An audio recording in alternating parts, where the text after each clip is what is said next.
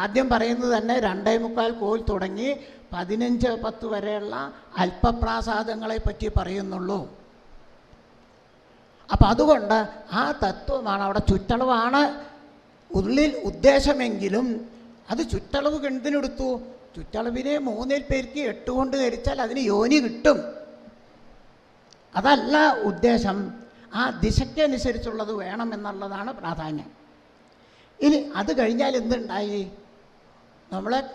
ഞാൻ എന്തിനാണ് ഈ നാലുകെട്ടിൻ്റെ കഥ പറഞ്ഞതെന്ന് വെച്ച് കഴിഞ്ഞിട്ടുണ്ടെങ്കിൽ, നമ്മൾ കിഴക്ക് വശത്ത് വരെ പണിത് പടിഞ്ഞാട്ട് മുഖേ കണക്ക് സ്വീകരിച്ചു, തെക്ക് വശത്ത് വടക്കോട്ട് സ്വീകരിച്ചു, പടിഞ്ഞാറ് കിഴക്കോട്ട് സ്വീകരിച്ചു, വടക്ക് തെക്കോട്ട് സ്വീകരിച്ച് ആ 4 കൂട്ടി യോജിപ്പിച്ചാലാണ് ഇന്നൊക്കെ നമ്മളെല്ലാവരും കേമത്തം പറയുന്ന അല്ലെങ്കിൽ നശിച്ചു കൊണ്ടിരിക്കുന്ന 4 കെട്ട്. ആ നടുമിറ്റത്തിലേക്ക് എന്താണ് അവിടെ ഉണ്ടാവുന്നത്? എല്ലാം നടുമിറ്റത്തിലേക്ക് ദർശനം, അല്ലാണ്ട് പുറത്തേക്കല്ല. നമ്മളിന്നൊക്കെ സാധാരണ എല്ലാവരും പറയാം, എന്താ, റോഡുണ്ടെങ്കിൽ നമ്മുടെ വീട് ആ റോഡിലേക്ക് ദർശനം എന്ന് പറയും. വാസ്തുശാസ്ത്രപ്രകാരം ആ നിയമമില്ല. റോഡിലേക്കല്ല വീടിൻ്റെ മുഖം, പുറത്തേക്കല്ല മുഖം, നമ്മുടെ അകത്തേക്കാണ് മുഖം.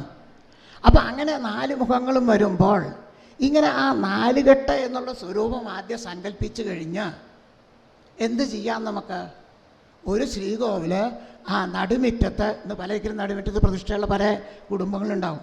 നടുമിറ്റത്ത് ഒരു തറ പണി ചെയ്ത് ഒരു ദേവനെ പ്രതിഷ്ഠിക്കുക. അതിൻ്റെ മുഖം എങ്ങോട്ട് വേണം? എങ്ങോട്ടും ആവാം.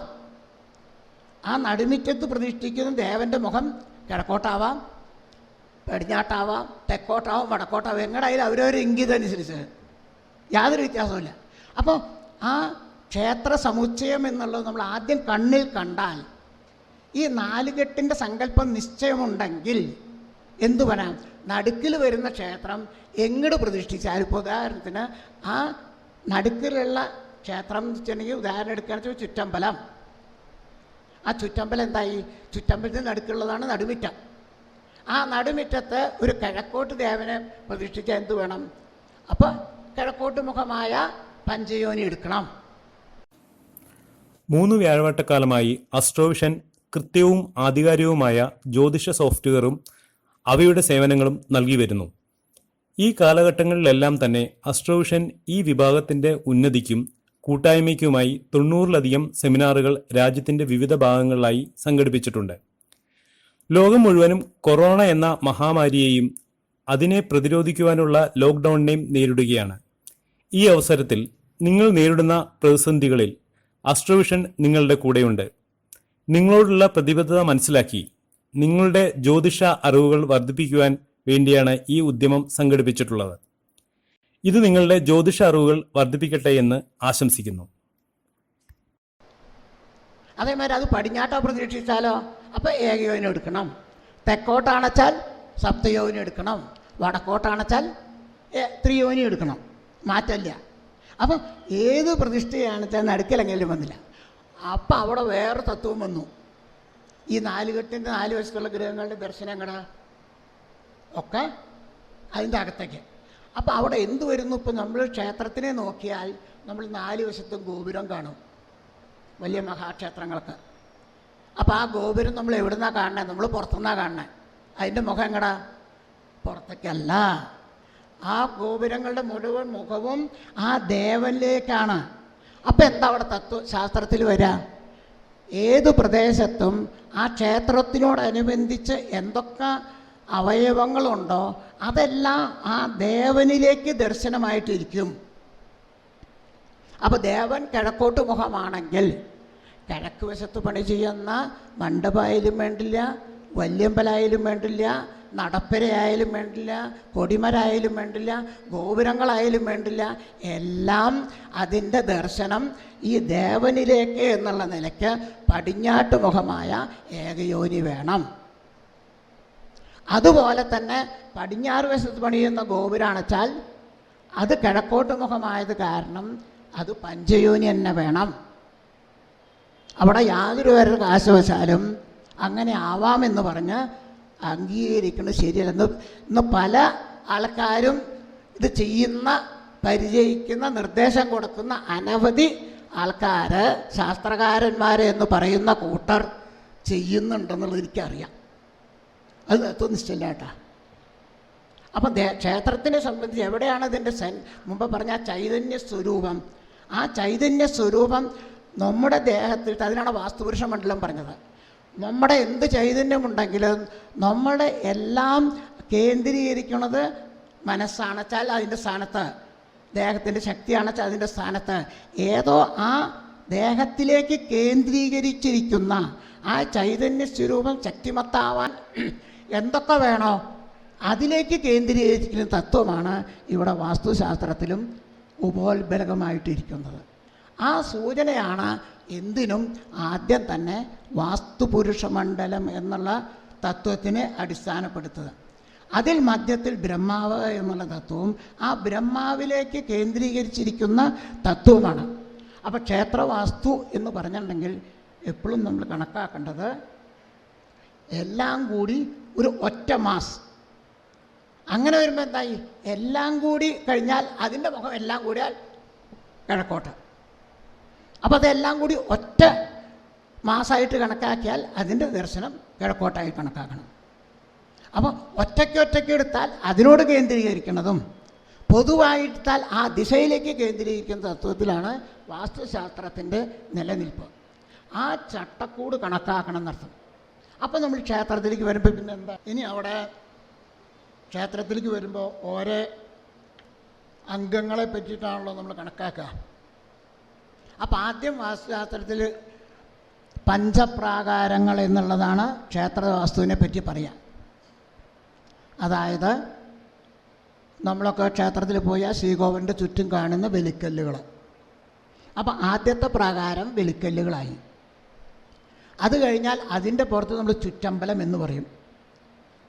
ശരിക്കും പറഞ്ഞാൽ നമ്മളിന്ന് രീതി ചുറ്റമ്പലം എന്ന് പറയുന്നത് ഒരു തൂഷ്ണിയായിട്ട് പണിയാന്നേ പറയാൻ പറ്റുള്ളൂ.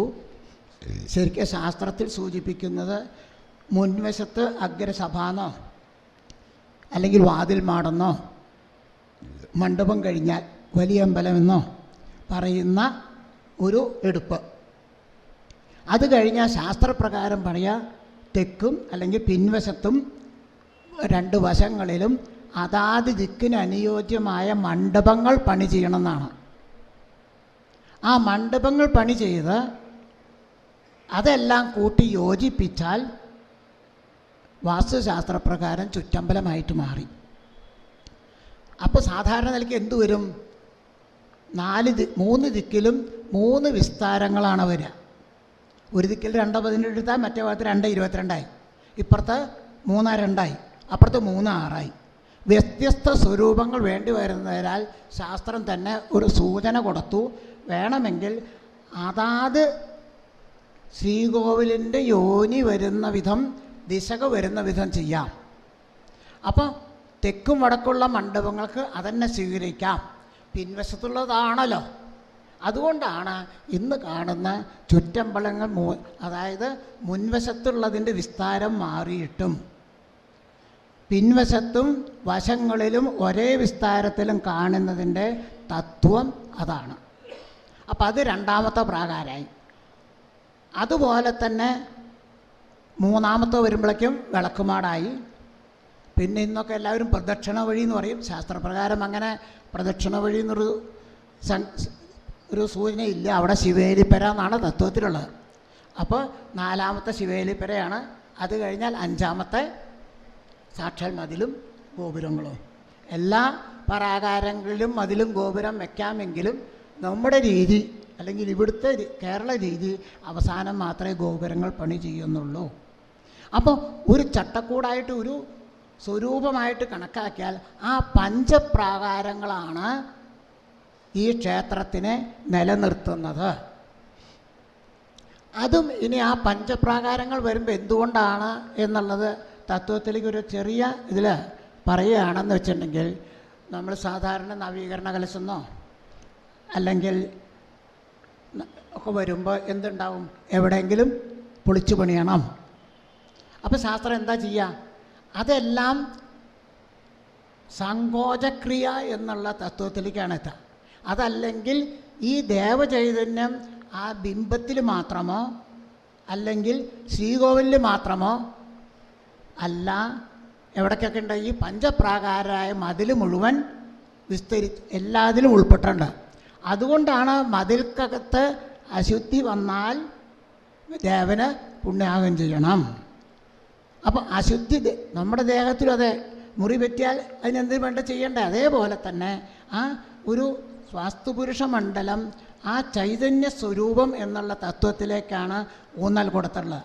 അപ്പം ഒരു കണക്കിൽ പറയുകയാണെന്ന് വെച്ചിട്ടുണ്ടെങ്കിൽ ഇന്ന് കാണുന്ന ക്ഷേത്രങ്ങളിൽ ചിലപ്പോൾ മണ്ഡപവും ചുറ്റമ്പലും പിന്നെ ഒരു മതിൽ മാത്രമേ ഉണ്ടാവുള്ളൂ. ചിലപ്പോൾ വിളക്കുമാടം ഉണ്ടാവില്ല, പ്രദക്ഷിണ വഴിയെന്ന ശിവേലിപ്പിര ഉണ്ടാവില്ല. അങ്ങനെ ഇല്ലെങ്കിലും ക്രിയാദികളെ കൊണ്ടും മറ്റും ഈ 5 ചൈതന്യങ്ങളും അതിന് ഒരു കണക്കിൽ പറയുകയാണെച്ചാൽ ഇതിനെ പഞ്ചകോശങ്ങളായിട്ടും കണക്കാക്കാം. അന്നമയം തുടങ്ങി ആനന്ദമയ കോശം വരെ ഉള്ള ആ 5 കോശങ്ങളുടെ ഒരു കൂട്ടായ്മയാണ് ക്ഷേത്ര ചൈതന്യം. അപ്പോൾ ആ തത്വങ്ങളിൽ അതൊക്കെ ഇല്ലെങ്കിലും അതെല്ലാം ഉണ്ട് എന്നുള്ള സങ്കല്പത്തിലാണ് തന്ത്രശാസ്ത്ര പ്രകാരം എല്ലാ ക്രിയാദികൾക്കും ഉള്ള ഊന്നൽ കൊടുക്കുന്നത്. അതിനും നമ്മുടെ പൂർവികർ ഈ പഞ്ചകോശങ്ങളുടെയോ അല്ലെങ്കിൽ പഞ്ചഭൂതങ്ങളുടെയോ ഓരോന്നിനെയും പ്രതിനിധീകരിക്കുന്ന പുഷ്പധൂപദീപാദികളെ കൊണ്ടാണല്ലോ പൂജാതി കർമ്മങ്ങൾ ചെയ്യുന്നത്. ഏതുകൊണ്ടാണോ നമ്മുടെ ദേഹത്തിലത്തെ പഞ്ചഭൂതങ്ങളെ കൊണ്ടുണ്ടാവുന്ന ശക്തി ചൈതന്യം നിലനിലുള്ള വെള്ളം മുഴുവൻ കുടിച്ചു വറ്റിക്കും. അതേപോലെ തന്നെ എന്തു ചെയ്യും? അതൊക്കെ അതേ ചൂടോനാൽ വർഷിക്കും. അപ്പോൾ ഭൂമിയുടെ തുലനത വരുത്തുന്നത്, ചൈതന്യ സ്വരൂപത്തിൻ്റെ തുലനത വരുത്തുന്നത് വെള്ളമാണ്. ആ വെള്ളത്തിനെ നിലനിർത്തുന്ന ആരാണ്? ചൂടാണ്. ചൂടിനോ അഗ്നിക്ക് എന്ത് വേണം? വായു ഇല്ലാണ്ട് കത്തില്ല.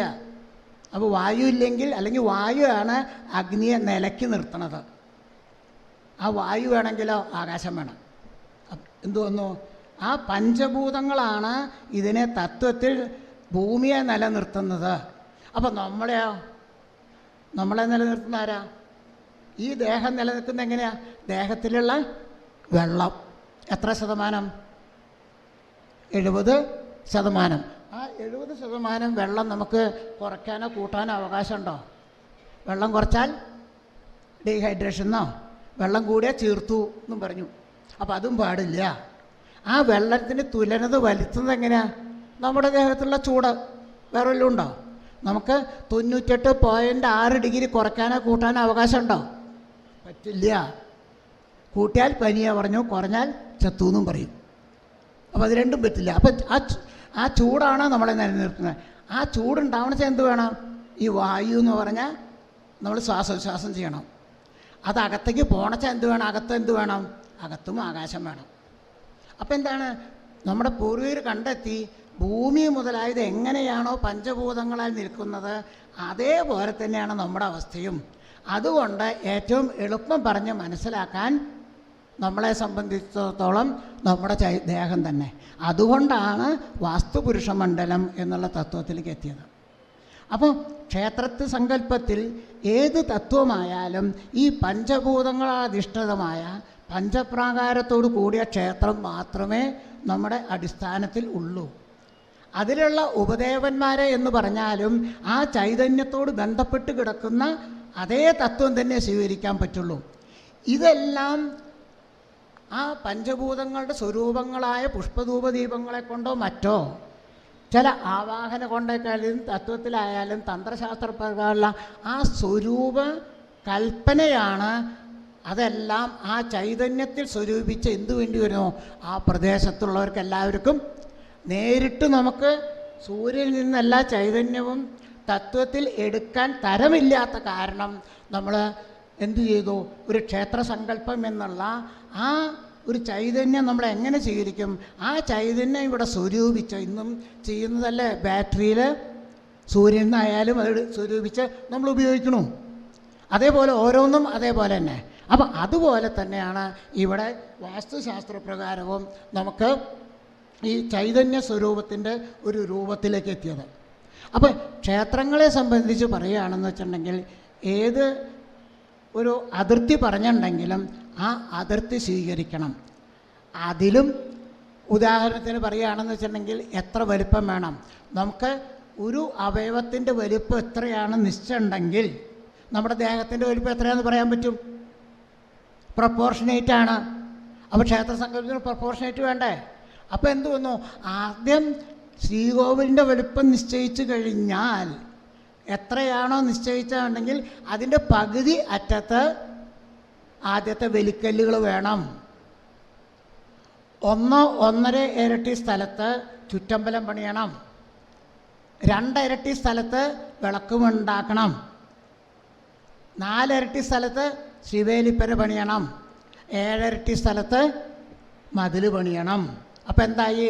ഒരു വശത്തേക്ക് 7 ഇരട്ടി, മറ്റേ വശത്തേക്ക് 7 ഇരട്ടി, 7 7 14 15 ഇരട്ടി വേണം. അപ്പോൾ 150 അടി സ്ഥലമാണ് നമുക്ക് ഉള്ളതെന്ന് വെച്ചിട്ടുണ്ടെങ്കിൽ 10 അടിയുള്ള ശ്രീകോവിൽ പണി ചെയ്യാം. 50 അടിയുള്ള വെച്ചാൽ 5 അടി പണിതാൽ മതി. അപ്പം ആ പ്രപ്പോർഷനിലുള്ള ആ ക്ഷേത്രസങ്കല്പത്തിലുള്ള ആ സ്വരൂപം നമുക്ക് ആ ചൈതന്യം കൃത്യമാവണമെങ്കിൽ ആ തത്വം പരിപാലിച്ചാൽ മാത്രമേ പറ്റുള്ളൂ. അപ്പോൾ തത്വങ്ങളിൽ അങ്ങനെ തന്നെ വേണം നിർബന്ധ ബുദ്ധിയുണ്ടോ? അതില്ല.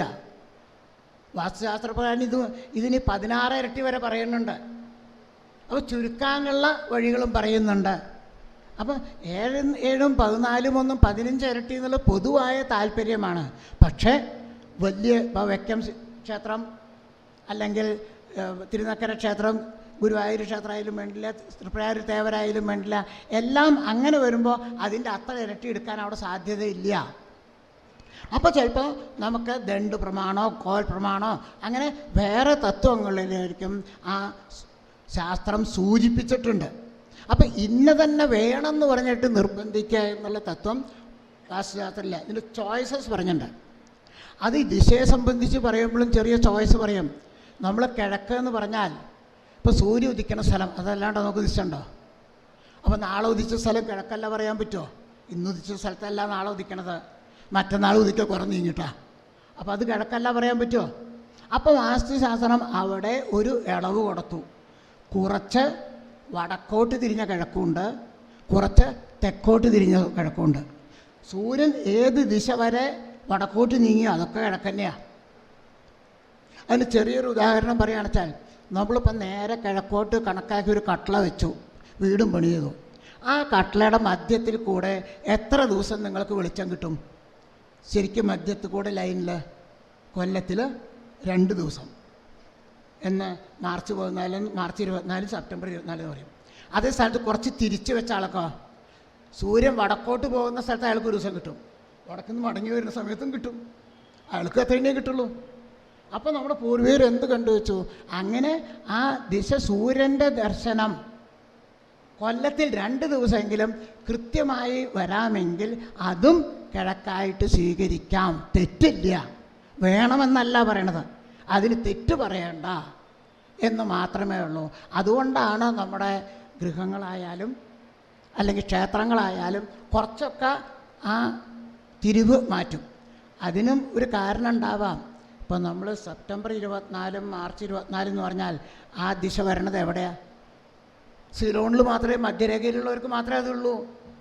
നമുക്കന്നും സൂര്യൻ തെക്കാ. സൂര്യൻ നമ്മുടെ നേരെ വരണച്ചാൽ ഈ പറഞ്ഞ ഏപ്രിൽ 7-ാം തീയതി ആവണ്ടേ? ഏപ്രിൽ 7-ാം തീയതി വരണം. അപ്പോൾ നമ്മളത് കണക്കാക്കിയിട്ടുണ്ട്. നമ്മുടെ ക്രിയാദികളിലും മറ്റും ചില വിഷുവിൽ പുണ്യകാലം എന്ന് പറഞ്ഞാൽ ചിലപ്പോൾ വിഷു 1-ാം തീയതി ചിലവർക്ക് സൂര്യൻ നേരെ വരുന്നു. അപ്പോൾ ആ തത്വത്തിൽ നമ്മൾ ആ പ്രകൃതി, അതാണ് ഇവിടേക്ക് പറയുന്നത്, ആ പ്രകൃതി സ്വരൂപം ഏതാണോ, പ്രകൃതിയിൽ നിന്ന് നമുക്ക് സംരക്ഷണം കിട്ടുന്നത് ഏതാണോ, ആ സംരക്ഷണ ഉപാധി കണക്കാക്കിയിട്ടാണ് ഈ ശാസ്ത്രങ്ങളെല്ലാം നിലനിൽക്കുന്നത്. എന്നാൽ അതെന്താണ് ഈ സംരക്ഷണ ഉപാധി എന്ന് പറഞ്ഞാൽ? നമുക്ക് എന്താണ് ഈ അറിവിൻ്റേതായ, നമ്മളതിന് വേദങ്ങൾ എന്നാണ് പറയാല്ലേ. നമ്മളതിനെ 4ആക്കി തിരിച്ചിട്ടുണ്ട്. അവിടെയും നമ്മൾ എന്ത് പറഞ്ഞു? കിഴക്ക് ബ്രഹ്മാവിൻ്റെ മുഖം ഋഗ്വേദം, ദിശ അവിടെയും വരും. തെക്കേ മുഖത്ത് നിന്നാണ് വെച്ചാൽ യജുർവേദവും ധനുർവേദവും, പടിഞ്ഞാറേ മുഖത്ത് നിന്ന് സാമവേദവും ഗാന്ധർവവേദവും, വടക്കേ മുഖത്ത് നിന്നാണ് വെച്ചാൽ അഥർവവേദവും സ്ഥാപത്യവേദവും. ആ സ്ഥാപത്യവേദത്തിൻ്റെ ഒരു ഭാഗമായിട്ടാണ് ഇന്ന് നാം കാണുന്ന വാസ്തുശാസ്ത്രം. എന്നാൽ അതിൽ ഈ ഓരോ ശാസ്ത്രത്തിനും വല്ല പ്രത്യേകതകളുണ്ടോ എന്ന് ചോദിച്ചാൽ, ഋഗ്വേദത്തിൽ ഉദാഹരണം എന്താ ഉണ്ടാവണത്? ഒക്കെ സ്തുതികളാണ്. എല്ലാം എന്താ സ്തുതികൾ? മുമ്പ് പറഞ്ഞ പഞ്ചഭൂതങ്ങൾ. ആ പഞ്ചഭൂതങ്ങളായി എന്ത് ചെയ്തു? വായു ഭഗവാനാണ്, അഗ്നി ഭഗവാനാണ്, ഭൂമി ഭഗവതിയാണ്. ഭക്ഷണം നമ്മൾ കണക്കാക്കിയാലോ അതും ദേവചൈതന്യമായിട്ട് കണക്കാക്കണം. നമ്മൾ ഉപയോഗിക്കുന്നതോ കഴിക്കുന്നതോ പെരുമാറുന്നതോ നമ്മളെ സഹായിക്കുന്നതോ ആരായാലും അതിനെല്ലാം ഒരു ദേവചൈതന്യം എന്നുള്ള തത്വത്തിലേക്കാണ് ഊന്നൽ കൊടുത്തത്. ഉപകാരപ്രദമായ ദേവന്മാർ, ആ ദേവചൈതന്യമാണ് നമ്മളിലേക്ക് സങ്കല്പിക്കപ്പെടേണ്ടത്. അപ്പം അതിനെ എങ്ങനെ മനസ്സിലാക്കാം? അതിനെന്ത് ചെയ്തു? ദേവന്മാരെ സ്തുതികളിൽ കൂടി, ആ സ്തുതികളിൽ പറയുന്നതെല്ലാം ആ ദേവൻ്റെ ഗുണദോഷങ്ങളാണ് പ്രവർത്തിക്കുന്നത്. അഗ്നിയെപ്പറ്റി സ്തുതിക്കുമ്പോൾ നമുക്ക് അഗ്നി എങ്ങനെയാണ് ഉപകാരം ചെയ്യുക, എങ്ങനെയാണ് അത് ഉപദ്രവിക്കുക, ആ തത്വങ്ങളിലേക്കുള്ള ഊന്നലാണ് ഏത് ദേവചൈതന്യത്തിൻ്റെ ആയാലും ആ ഭക്ഷണ സാധനങ്ങളെ ആയാലും എല്ലാതിൻ്റെ ആയാലും സ്തുതികളിൽ കൂടി മനസ്സിലാക്കുന്നത്. പക്ഷെ ആ സ്തുതികളിൽ കൂടി മനസ്സിലാക്കി കഴിഞ്ഞാൽ എന്ത് വേണം? വെള്ളം നന്നാ കുടിക്കാൻ, ദാഹം തീരാനുള്ള പറഞ്ഞാൽ എന്ത് വേണം? വെള്ളം സംഭരിക്കണം. ഭക്ഷണ സാധനം കഴിച്ചാൽ വിശപ്പ് മാറുന്നു പറഞ്ഞാൽ എന്ത് വേണം? ചോറുണ്ടാക്കണം, നെല്ല് കൃഷി ചെയ്യണം, വിത്തുകളുണ്ടാക്കണം. അപ്പം എന്ത് ചെയ്യണം? കർമ്മം ചെയ്യണം. ആ കർമ്മ വ്യവസ്ഥയാണ് എന്ത്? രണ്ടാമത്തേതായ യജുർവേദത്തിൻ്റെ ചുമതല. അപ്പോൾ ഋഗ്വേദത്തിൽ കൂടെ അറിവ് പകർന്നു കിട്ടിയാൽ ആ അറിവ് ഉപയോഗിച്ച് നമ്മളിന്നൊക്കെ ഏത് പഠിച്ചാലും അത് മറ്റുള്ളവർക്ക് പകർന്നു കൊടുക്കലായാലും, വാസ്തുശാസ്ത്രം പഠിച്ച കെട്ടിടത്തിലുള്ള കണക്ക് കൊടുക്കലായാലും, എൻജിനീയറിംഗ് പഠിച്ച് കെട്ടിടം ഉണ്ടാക്കലായാലും അതൊക്കെ ഒരു കർമ്മ വ്യവസ്ഥയാണ്. ആ കർമ്മം ചെയ്തു കഴിഞ്ഞാൽ എന്താ ഉണ്ടാവുക? നമ്മളൊരു പെരയുണ്ടാക്കി പ്ലാൻ കൊടുത്തു എന്ന് കണ്ടു കഴിഞ്ഞാൽ നമുക്കിതൊരു സന്തോഷം ഉണ്ടാവും. എന്ത് സംതൃപ്തി? ഈ ചെയ്ത കർമ്മങ്ങളോ ഉണ്ടായ ഗുണത്താൽ ഉണ്ടായ സംതൃപ്തി. ആ ഭക്ഷണം കഴിച്ചു കഴിഞ്ഞാൽ എന്ത് തോന്നും? വിശപ്പ് തീർന്നു. വെള്ളം കുടിച്ചു കഴിഞ്ഞാൽ എന്ത് തോന്നും? ദാഹം തീർന്നു തോന്നും. കുറേ പണം സമ്പാദിച്ചു കഴിഞ്ഞാൽ എന്ത് തോന്നും? നമ്മൾ കുറേ പണം സമ്പാദിച്ചു, സ്ഥലം സമ്പാദിച്ചു. അപ്പോഴൊക്കെ ഒരു സമ്പാദിച്ചു, ആ നമ്മൾ ചെയ്ത കർമ്മങ്ങളെ കൊണ്ടുള്ള ആ ഒരു സംതൃപ്തിയോട് കൂടിയ ഒരു അനുഭൂതിയാണ് അവിടെ ഉണ്ടാകുന്നത്. ആ അനുഭൂതിയാണ് നമ്മളിലേക്ക് എപ്പോഴും സന്തോഷവും നമ്മുടെ ഉയർച്ചയ്ക്കും നമ്മുടെ നിലനിൽപ്പിനും എല്ലാം ആധാരമായിട്ടുള്ളത്. പക്ഷേ അതാണ് സാമവേദത്തിൻ്റെ ചുമതല. നമ്മുടെ അനുഭൂതി, സന്തോഷം, എല്ലാവർക്കും അതാണ് ആവശ്യം. അത് കഴിഞ്ഞാലോ ഇത് എത്ര നേരത്തേക്കുണ്ട്? നിമിഷങ്ങളൊക്കെ ഉള്ളൂ. കുറച്ച് കഴിഞ്ഞാൽ വിശന്നു. അപ്പം എന്ത് പറഞ്ഞു? ആദ്യം ഭക്ഷണം കഴിക്കണം. ആരോഗ്യം ഉണ്ടായി, അപ്പോഴേക്ക് അസുഖം വന്നു, ആരോഗ്യം പോയി. അപ്പം എന്തായി? വിഷമായി. എങ്ങനെ വീണ്ടും ആരോഗ്യം കിട്ടാൻ നോക്കുക? ഡോക്ടറെ കാണിച്ചാൽ ഡോക്ടറെ കാണും, ജ്യോത്സ്യന്മാരെ കാണിച്ചാൽ ജ്യോത്സ്യന്മാരെ കാണും, അവിടെ മന്ത്രവാദം ചെയ്യണമെച്ചാൽ മന്ത്രവാദം ചെയ്യും, മരുന്ന് കഴിച്ചിട്ടാണെന്ന് വെച്ചാൽ അതും നോക്കും. അതല്ല ചൂടൊന്നും ഇല്ലാത്ത സ്ഥലത്ത് പോയിട്ട് ഇരുന്നിട്ടാൽ മെച്ചം കിട്ടുന്ന അതും നോക്കും. അപ്പോൾ ഏത് തരത്തിലായാലും നമ്മുടെ ഉദ്ദേശം എന്താണ്? എന്തൊക്കെ നഷ്ടപ്പെടുമോ ആ നഷ്ടപ്പെടുന്നതൊക്കെ എങ്ങനെ സംരക്ഷിക്കപ്പെടാം എന്നുള്ള തത്വത്തിലേക്ക് ഊന്നൽ കൊടുത്തും കൊണ്ടാണ് അവസാനത്തേതായ അഥർവവേദത്തിൻ്റെ ഭാഗം. അപ്പോൾ നാലാമത്തെ വേദൻ്റെ ബ്രഹ്മവേദമെന്നോ മറ്റോ പറയുന്നതിൻ്റെ പ്രാധാന്യം നമ്മുടെ ഈ സൗരയൂഥമായാലും ഭൂമിയായാലും നമ്മുടെ പ്രകൃതിയായാലും നമ്മളായാലും സംരക്ഷിക്കപ്പെടണമെങ്കിൽ അഥർവവേദത്തിൻ്റെ ഭാഗങ്ങളായ ആയുർവേദത്തിലും കുറേ ഭാഗത്തിൽ പെടും. എന്തുകൊണ്ട്? മരുന്നും അതിൻ്റെ പ്രയോഗിക്കേണ്ട രീതികളും പലതും അഥർവവേദത്തിൻ്റെ ഒരു ഭാഗമായിട്ടാണ് വരിക. അപ്പോൾ സ്ഥാപത്യവേദം എന്ന് പറയുമ്പോൾ എന്ത് ചെയ്യണോ? ഈ പ്രദേശത്തുള്ള അതി ഉഷ്ണമായാലും അതിശൈത്യമായാലും നമ്മളെ പ്രകൃതി ദ്രോഹിക്കുന്ന തരത്തിലുള്ളതിലായി കഴിഞ്ഞാൽ അതിനെ നമ്മൾ തടുത്ത് നമ്മുടെ ദേഹം എവിടെ സംരക്ഷിക്കപ്പെടും? അപ്പം 4 ഭിത്തി പണിയണം, 4 വീടുണ്ടാക്കണം, ആ വീടുണ്ടാക്കി അതിൽ താമസിക്കണം എന്നുള്ള ആ ചട്ടക്കൂടുണ്ടാക്കാനുള്ള ആ പ്രകൃതിക്ക് യോജ്യമായ തരത്തിലുള്ള അല്ലെങ്കിൽ പ്രകൃതിക്ക് വിരോധമാവാത്ത വിധത്തിലുള്ള ഒരു ചട്ടക്കൂടുണ്ടാക്കുന്നുള്ള തത്വമാണ് ഈ സ്ഥാപത്യവേദത്തിൻ്റെ ഭാഗം. അപ്പോൾ ക്ഷേത്രത്തിൻ്റെ അങ്കണങ്ങളായാലും ക്ഷേത്രത്തിൻ്റെ കണക്കുകളായാലും എല്ലാം ആ സ്വരൂപത്തിനോട് കൂടിയിട്ടുള്ള ഒരു സംവിധാന സംരക്ഷണ ഉപാധിയാണ് വാസ്തുശാസ്ത്രത്തിലുള്ളത്. അതിൽ ഈ ക്ഷേത്രത്തിൻ്റെ കണക്കുകളായാലും ഒക്കെ ഏറ്റവും വിഷമമുള്ളത് കണക്കുകൾ നല്ലോണം ഉണ്ടെങ്കിൽ തന്നെ പറ്റുള്ളൂ എന്നർത്ഥം. അതിൽ ഈ പറയുന്ന കൂട്ടത്തിൽ അപ്പം നമുക്ക് എന്തൊക്കെ ചൈതന്യങ്ങളാണ് മുമ്പ് പറഞ്ഞിടത്തേക്ക് പോകണം. എന്ത് വേണം? നമ്മളെ ആകാശം സ്വാധീനിക്കുമെന്ന് പറഞ്ഞു. അന്തരീക്ഷം സ്വാധീനിക്കും എന്ന് പറഞ്ഞു.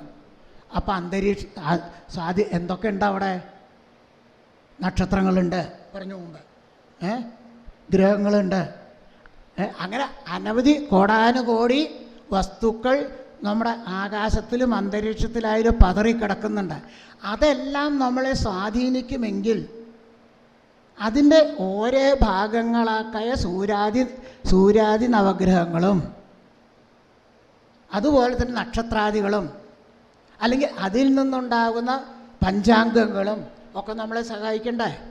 അല്ലെങ്കിൽ അവരുടെ സ്വാധീന ശക്തികൾ നമ്മളെ ചെലുത്തുമെങ്കിൽ നമ്മുടെ പൂർവികന്മാർ അതിന് ജ്യോതിശാസ്ത്രപ്രകാരം തത്വത്തിൽ ഏതൊക്കെയാണോ നമ്മളെ സ്വാധീനിച്ച് ഗുണം വരുത്തുന്നതും ദോഷം വരുത്തുന്നുള്ള ഊന്നലാണ് ജ്യോതിശാസ്ത്രപ്രകാരമുള്ള ജ്യോതിഷ പഠനമായാലും ആ തത്വങ്ങളായാലും അതിലേക്കുള്ള പലതരത്തിലുള്ളതുണ്ടാവും. എല്ലാം നമ്മൾ പറയുന്ന അതേ തത്വത്തിലായിരിക്കണമെന്ന് നിബന്ധനയില്ല.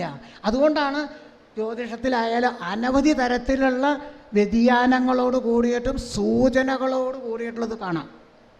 അത് സ്വരൂപിച്ച് നമുക്ക് ഒരു പ്രോപ്പറായിട്ടുള്ള ഒരു നിരൂപണത്തിൻ്റെ ഭംഗിയോട് കൂടിയിട്ടോ അല്ലെങ്കിൽ നമ്മുടെ ബുദ്ധിപരമായിട്ട് സൂചനകളിൽ നിന്ന് ക്രോഡീകരിച്ചിടുന്ന സൂചനകളുടെ പരിസമാപ്തി ആയിക്കൊണ്ടാണ് നമ്മളൊക്കെ ഇന്ന വിധത്തിൽ വേണം, ഗ്രഹങ്ങളുടെ കണക്കായാലും വേണ്ടില്ല, ക്ഷേത്രങ്ങളുടെ കണക്കായാലും വേണ്ടില്ല, ആ തത്വത്തിലേക്കുള്ള സൂചനകളിൽ കൂടി ഏതാണോ കൂടുതൽ ഗുണം കിട്ടുന്നത് എന്ന് നമുക്ക് സ്വരൂപിക്കാനുള്ള സന്ദർഭമാണ് ജ്യോതിഷമായാലും വേണ്ടില്ല, വാസ്തുശാസ്ത്രമായാലും വേണ്ടില്ല, അല്ലെങ്കിൽ ഇന്നത്തെ ആധുനിക ശാസ്ത്രങ്ങളായാലും വേണ്ടില്ല.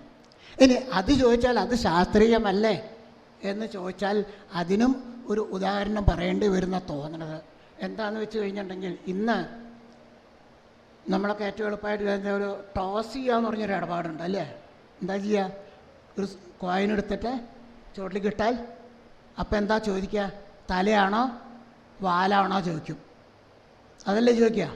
എന്നിട്ട് ആർക്കാ വേണ്ടച്ചാൽ അത് സ്വീകരിക്കും. അത് സ്വീകരിക്കുമ്പോൾ അതൊരു ശാസ്ത്രീയപരമായിട്ട് ചോദിച്ചാൽ എന്താ ചോദിക്കുക? എത്രയാ പറയുക? വാലായിട്ട് വരാനും തലയായിട്ട് വരാൻ എത്ര സാധ്യതയുണ്ട്? പകുതിയും പകുതിയും. അപ്പോൾ ഒരു what is the probability for occurrence of tail എന്ന് ചോദിച്ചാൽ എന്താ പറയുക ശാസ്ത്രം? പ്രോബബിലിറ്റി തിയറി പറയും 50%. പ്രോബബിലിറ്റി എന്നുള്ള ശാസ്ത്രീയത പ്രകാരം തല വരാനും വാല് വരാനും സാധ്യതാ പഠനം എത്രയാണ്? 50% വീതം. പക്ഷേ ആർക്കെങ്കിലും ഏൽക്കാൻ പറ്റുമോ? 100 തവണ ടോസ് ചെയ്ത് 50 തരാമെന്ന് ആർക്കെങ്കിലും ഏൽക്കാൻ പറ്റുമോ? അങ്ങനെ സംഭവം ഉണ്ടാവില്ല. 50 കിട്ടിയുള്ള സംഭവം ഉണ്ടാവില്ല. ഒന്നിൽ 75 ആവും, അല്ലെങ്കിൽ 100 ആവും. അപ്പം ശാസ്ത്രം സൂചിപ്പിക്കണം എന്താണ്? അതിനുള്ള സാധ്യത അങ്ങനെയാണ്. അതുപോലെ തന്നെയാണ് വാസ്തുശാസ്ത്രത്തിലായാലും ഒരു ചുറ്റളവിനെ സംബന്ധിച്ച് അതിൽ വരുന്ന പഞ്ചാംഗങ്ങളും കൂട്ടത്തിൽ വരവ് ചെലവ് എന്നുള്ള കാര്യവും അതുപോലെ തന്നെ നമ്മുടെ അവസ്ഥ ബാല്യം കൗമാരം യൗവനം വാർദ്ധക്യം മരണം എന്നുള്ള തത്വാദികളും കണക്കാക്കാനുള്ള ഒരു വ്യവസ്ഥിതി ഉണ്ടാക്കി അങ്ങനെയുള്ള എല്ലാം ഒരു പെർമുട്ടേഷൻ ആൻഡ് കോമ്പിനേഷൻ എടുത്ത് ഏതാണോ നമ്മളെ നിലനിർത്താൻ കൂടുതൽ ഗുണം തരുന്നത് അത് സ്വീകരിച്ച് ആ മുറിയിൽ കിടന്നാൽ സ്വസ്ഥത ഉണ്ടാവും, ആ വീട്ടിൽ താമസിച്ചാൽ നമ്മുടെ ചൈതന്യമത്തുണ്ടാവും, ആ പ്രദേശത്ത് താമസിച്ചാൽ നന്നാവും. ഇങ്ങനെയുള്ള തത്വങ്ങൾ സ്വരൂപിച്ച് ആ ഒരു സാധ്യതാ പഠനത്തിൽ കൂടെയുള്ള ഒരു തീർപ്പ് കൽപ്പിച്ചിരിക്കുകയാണ് നമ്മുടെ പൂർവികന്മാർ. അതുകൊണ്ടാണ് അത് സ്വീകരിക്കണം എന്നുള്ള തത്വത്തിലേക്കുള്ള ഊന്നൽ കൊടുത്തും കൊണ്ട് നമ്മുടെ പൂർവികമായി അനവധി കാലമായി വരുന്ന ആ പിൻതലമുറയോട് കൂടിയിട്ട് വരുന്ന സാഹചര്യങ്ങൾ ഉണ്ടായിട്ടുള്ളത്. അപ്പോൾ അതെല്ലാം ഉണ്ടാവട്ടെ എന്ന് പ്രാർത്ഥിച്ചും കൊണ്ടും അതുപോലെ തന്നെ ഇങ്ങനത്തെ സന്ദർഭം ഇവിടെ കിട്ടിയതിൽ കാണിപ്പേർ തറവാട്ടിൽ എന്ന് പറയട്ടെ ഒരു അമ്മയുടെ മകനായി പിറന്നത് കാരണം മാത്രമാണ്. അതുപോലെ തന്നെ ഗുരു കാരണവന്മാരുടെ സന്തോഷവും അവരുടെ അനുഗ്രഹവും കൂടി ഇങ്ങനെ വരാൻ പറ്റി. എല്ലാവർക്കും നമസ്കാരം.